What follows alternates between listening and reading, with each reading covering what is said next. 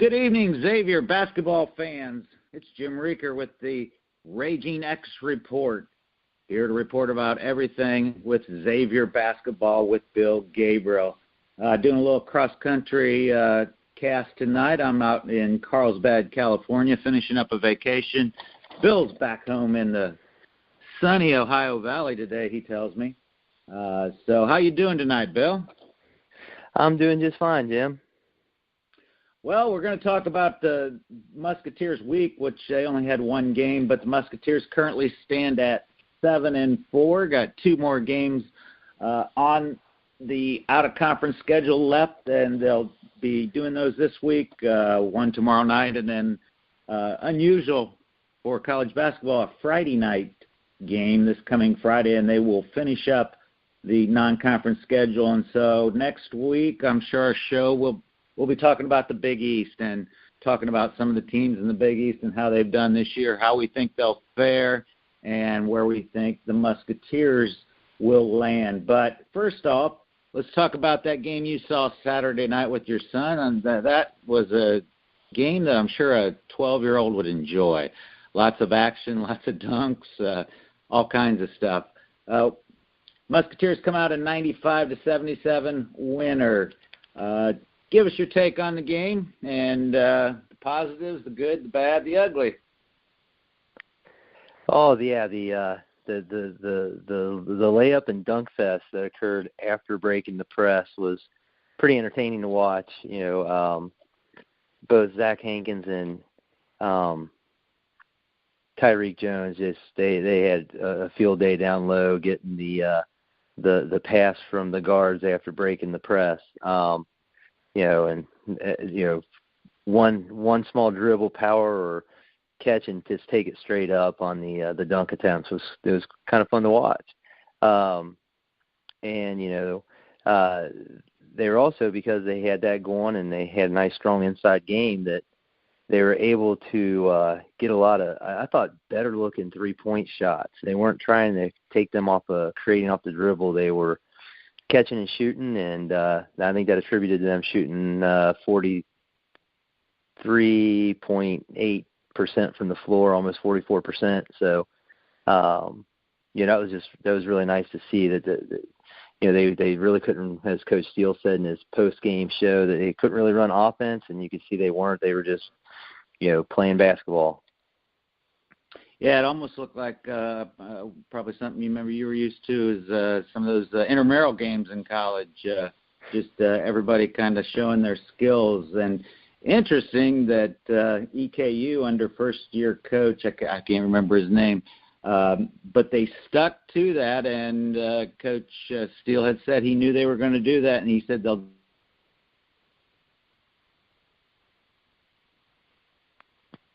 In fact, I don't know if you knew, but Najee Marshall actually played for him at Hargrave Military Institute in his prep year, and he said he knew exactly what was coming, and he said that's just the way he coaches, and he always has. So it's kind of interesting, though, that he stuck with it even when they got behind.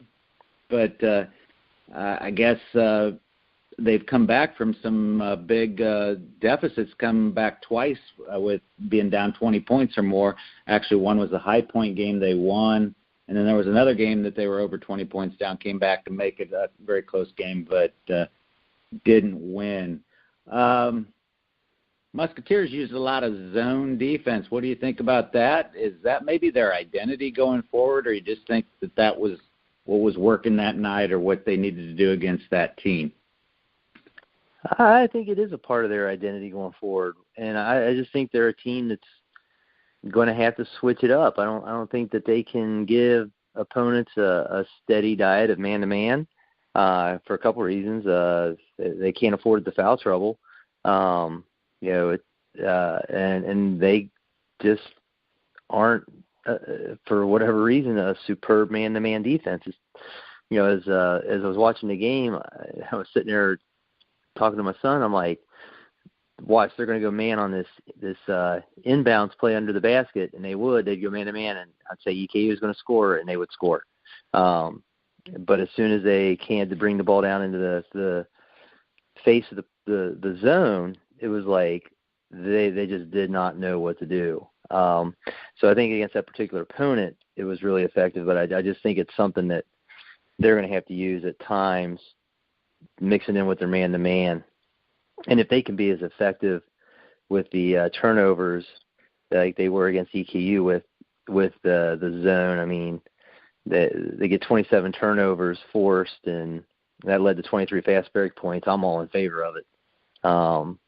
It's just a great way to actually get ahead in the ball game. They were struggling until they did that. Well, yeah, I agree with you, and you make a good point because, again, Paul Scruggs is just outstanding, and he had an outstanding game in the fact that he didn't miss a shot. I don't know if you knew that.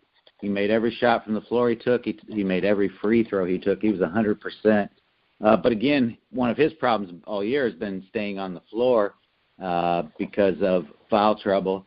And he actually had 3 the other night, but was kind of in foul trouble early in the second half, I know, but stayed on the floor, didn't foul out. He's already fouled out of 3 games.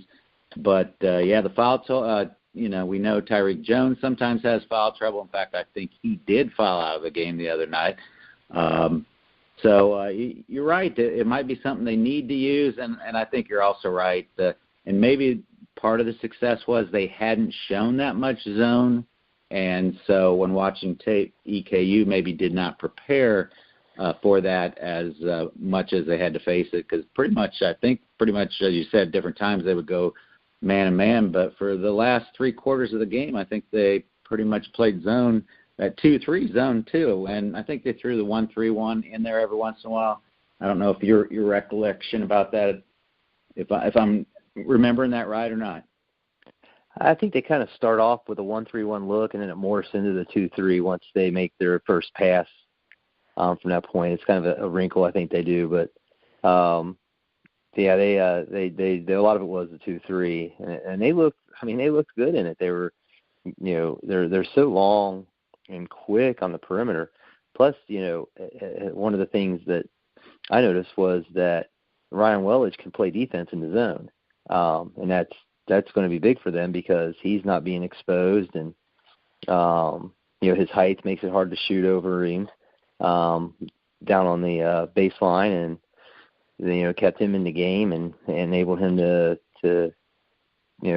put up some shots and contribute on the offensive end. Yeah, and they all, I mean, he had double figures, but what they had, 1, 2, 3, they had 6 guys in double figures. Gooden with a double-double with points and assists, and also had 7 steals. Marshall a double-double with 10 rebounds and 15 points, and he had 6 assists. And I think Castlin had 8 points, so they're close to having 7 guys in double figures.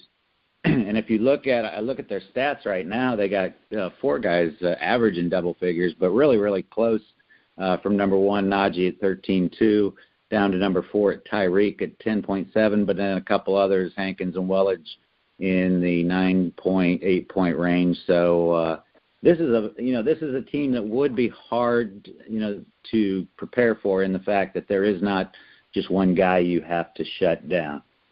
Well, before we move on to tomorrow night's game, I do have to bring up the major red flag, and that's 27 turnovers. In fact, in his press conference, Travis Steele said that might be a national record. Fortunately, the Colonels had 23 turnovers themselves. Again, it just kind of looked like at times like a pickup game. But that's something that I think if they don't get that fixed, it's going to hurt this team from being as successful as we hope they can be. Yeah, it was. They got pretty sloppy at times, and I think part of it was the defensive pressure of EKU, and then I just think that they're so youthful that there are times that they're just going to play that way, and it's going to Coach Steele's either going to get some gray hairs or some missing hair until the youthfulness of them gets kind of removed, and hopefully that happens a lot sooner than later. Yeah, and then another positive on that, Quentin only had 3, which is is really high for him. It's above his average, but in the whole, of 27 for the team, and he only had 3, handling the ball most of the time. And again, they were running 2 guys at him almost every time when the ball was inbounded. And after a while, he kind of figured things out, him and Paul both, and didn't have much trouble with it.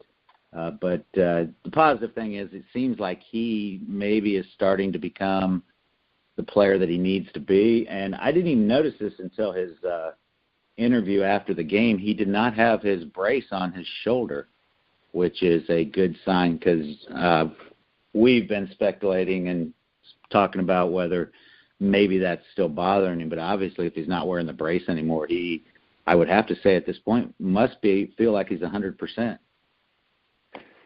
Yeah, hopefully. Yeah, he definitely looked good finishing around the rim. I mean, it was the most assertive I've seen him finish, and he was attacking to score with the right hand. And I noticed when he had the brace on, a lot of times he would veer off towards the left-hand side and try to use his left hand maybe to protect that left shoulder from getting hit. And he didn't seem too concerned with it the other night. He was definitely attacking when he had the opportunity. Well, it had been a week, and, of course, they had a lot of exams, and I think their practices were shortened because of that. So maybe that's what he needed, was that week off of no games and limited probably contact practice. So we'll look at that as a positive going forward. Any other observations or comments about the Eastern Kentucky game before we move on to tomorrow night's tilt? Just that I'm not sure, just watching it, what to expect moving forward, but hopefully they're starting to put together an idea of their identity as a team and individuals on that team, and hopefully it'll come out in full force against Missouri here on Tuesday night. All right, well, let's move forward to that game tomorrow night, 7 p.m. Eastern Time. They will be taking on the Missouri Tigers, and they will be on the road. And, of course, this is an SEC team on the road, so it's going to be quite the challenge. What I found, they were picked to finish 8th out of 14th, so kind of the middle of the pack in the SEC. Last year, they're coming off a 20-13 season in which they did go to the NCAA tournament, but they lost actually to Florida State in the first round before the Seminoles, of course, then in the second round defeated the Musketeers. So what's your take on the Missouri game? Yeah, I did that, kind of looked into them a little bit, and the other thing that jumped out at me right away was I looked at their last year's stuff, and there was a name that I saw in that pretty good player, and then I was looking at their stats for this year, and I didn't see the name, and he was only a freshman, and it turns out that they lost their best player, a sophomore by the name of Jonte Porter, and he was averaging 15, 16 a game last year for him as a freshman, and I was surprised when I didn't see his name on the roster and found out they lost him to a knee injury in practice or at the beginning of the season, somewhere in that ballpark. So that kind of, I think, changes some things for them as they go through the season here, because they're definitely a kind of a balanced team. They got 4 guys, kind of like Xavier. The highest guy is 12.7 points per game. That's their leading scorer Jordan Geist. And the next leading scorer is another guard, Mark Smith. And then they both shoot the 3 over. Jordan Geist is 36%, somewhere in there, and then Smith is around 47, 48%. So, for Xavier, that may be a challenge since they haven't been defending the 3-point shot all that well. So hopefully that is something that they can change in this game and use that to come out with a big road win that they're going to need for their confidence going into road game play in the Big East. Yeah, this will be a challenge for them. Again, it's really only the second true road game UC being the first. But this one, of course, is a little bit farther than 3 miles, so I'm sure the Musketeers probably traveled today, if not maybe Sunday night. I'm sure they're in Missouri now preparing for that game. This team, it's kind of, I think they kind of mirror each other, you know. Successful seasons last year, big losses, a lot of youth, new guys trying to find new roles. So I think this is probably going to be a close game. In fact, I was just going through and I was kind of checking this year versus last year. You know, we talk about Blewett and McCura, and every once in a while we talk about Karam Canner. But I even forget we had Sean O'Mara last year too. I mean, he kind of goes by the wayside, but you know he was a very important player on that team last year. So, and then of course Kaiser Gatesleys. We almost lost the starting lineup for the most part.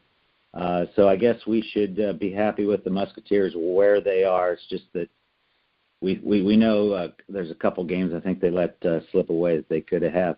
But I think this is going to be a tough game. Yeah, and you talk about the three-pointer. I have written down that as a team they shoot almost 40% from the three, and that has been a fault of the Muskies this year, guarding the three-point shot and good three-point shooters. So that's something that they're going to have to take care of. But I see this as a really, really close game, and we talked about coming out of Maui.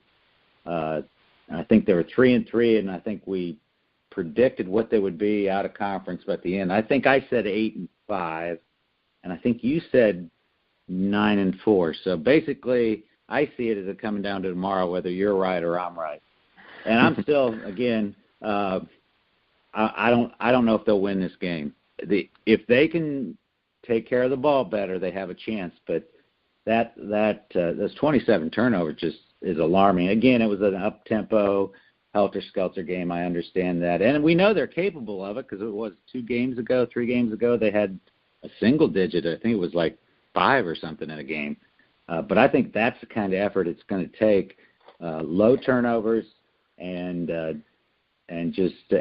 hopefully maybe this will be the turning point of the season. You know, if they could beat an SEC team on the road, maybe that'll give them some confidence. And but again, and you point out youth and newness. You know, even our players who have experience are coming from somewhere else as graduate transfers. So, but I'm not real confident that they'll get the job done tomorrow. I hope they do, but I think it'll be close. But I see them maybe losing a close one. So, again, this will determine who was right on that prediction, I think. Well, I'm gonna lobby for my choice, and I think it may be close, but I just think that they have enough ability that they can pull it out at the end and see if they can put it into action. Well, let's hope they do, and then we'll talk about again. The only worry I have about this game is Friday night. That's again, I don't know. I'm sure there have been a couple, but in our 22 years of going to Xavier home games, I don't remember going on a Friday night much.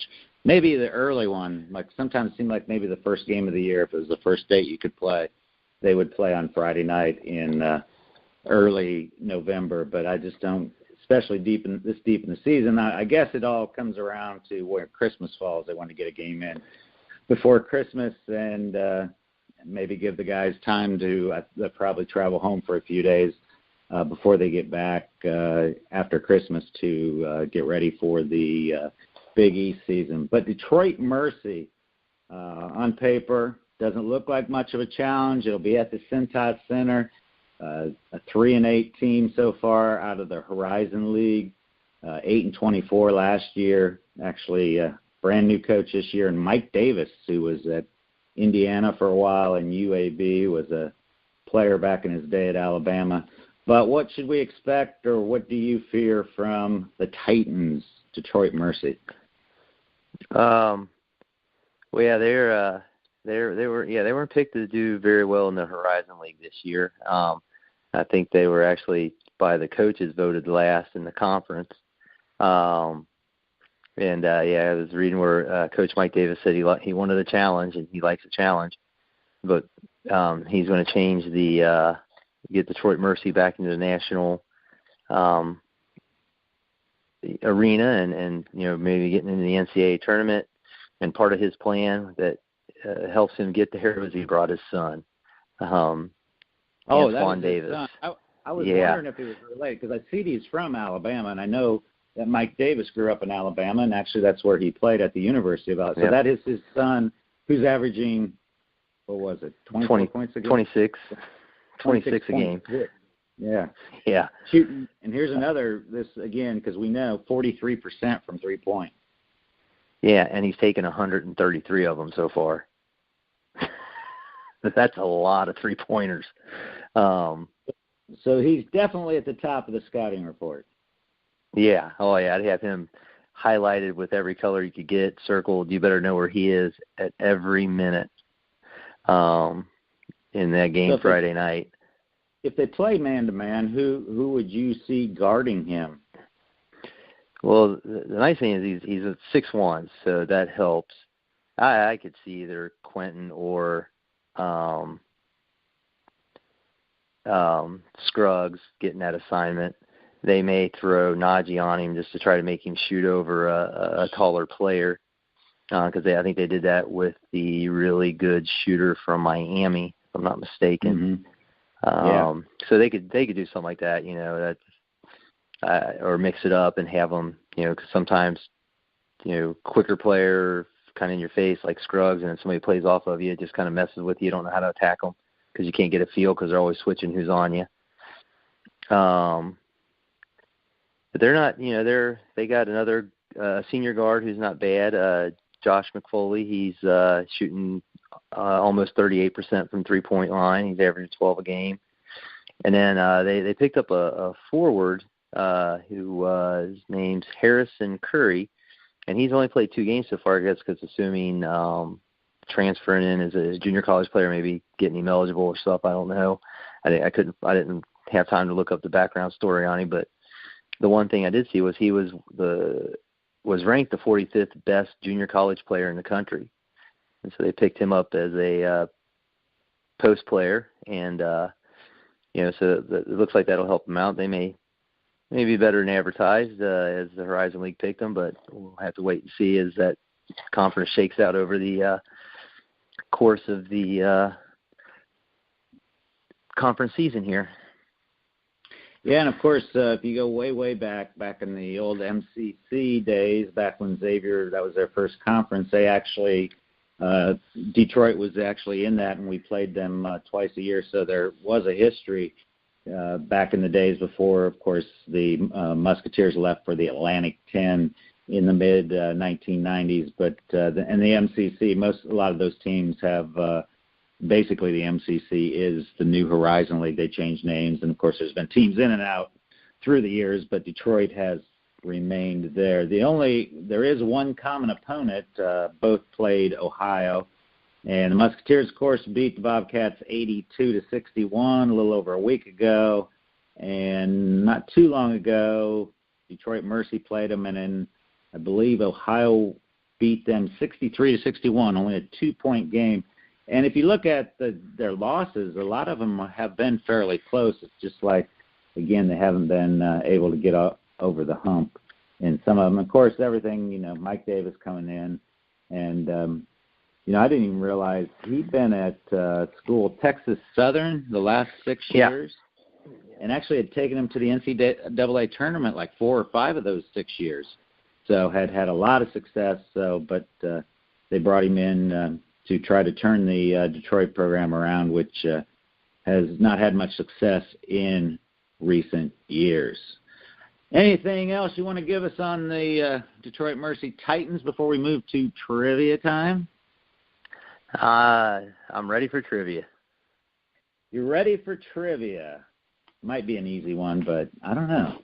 Detroit Mercy, or at times they were just known as Detroit, the time that they one year, 1977, they made the Sweet 16 of the NCAA tournament, and they were coached by a very famous. He's not known so much as a coach, but he's a ESPN personality, and most people know him as that. But do you know who I'm talking about, who coached them from 1973 to 77 and took them as far as they've ever gone in the NCAA tournament? And actually in his 4 seasons, I believe he had a winning record every season, actually fairly double digits, 17, 18 wins almost every year. Know who I'm talking about, coaching the Detroit Titans? I believe I do. I think it was Dick Vitale. Dickie V. Of course, most people, especially if you're younger, you would only know Dickie V as being the ESPN or radio or TV personality, and who's had his fame and fortune in that realm for the last, I guess, I would say 20, 25 years. Actually, I was reading a little bit. I didn't even know this, that when he left Detroit, he went on to coach the Detroit Pistons for a short time before he did get involved in the media. All right, Bill. Well, long day of traveling tomorrow. I got to come back to Ohio. Hope to get in town to catch the Musketeers at 7 p.m. tomorrow on the tube. I think if all goes well, I will just make it. But I will see you Friday night as we go down to the Cintas to close out the out-of-conference schedule and close out, well, I guess not quite the year yet, as the first big East game will be at the end of December here. All right, any other comments? Anything else about the Musketeers before we sign off tonight? I believe that's it, Jim. All right, go Muskies. Go Muskies.